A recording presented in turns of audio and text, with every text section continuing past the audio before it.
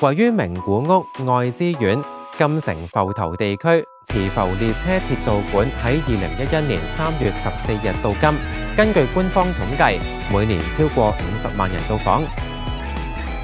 日本唯一以磁懸浮技術為核心嘅鐵道博物館，由 JR 東海運營，展示新幹線同未來磁浮科技。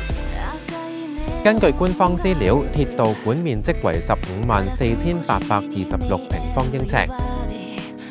館內設有磁浮原理互動區，以實驗裝置演示懸浮與推進技術，適合科普教育。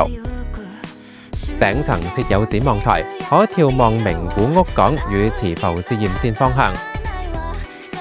新幹線超導磁浮列車 L0 係實車，時速可達500公里，屢創世界紀錄，仲展示歷代新幹線、退役列車、零系、N700 系等，遊客可進入車廂內參觀。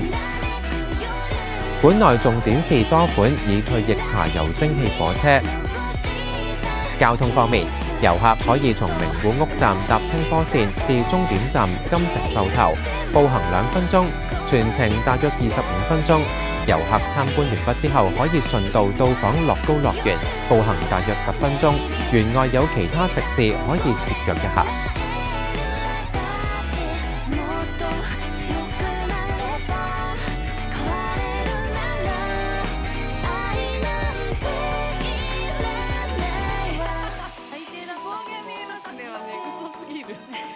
恋愛の話頑張るのが辛かったって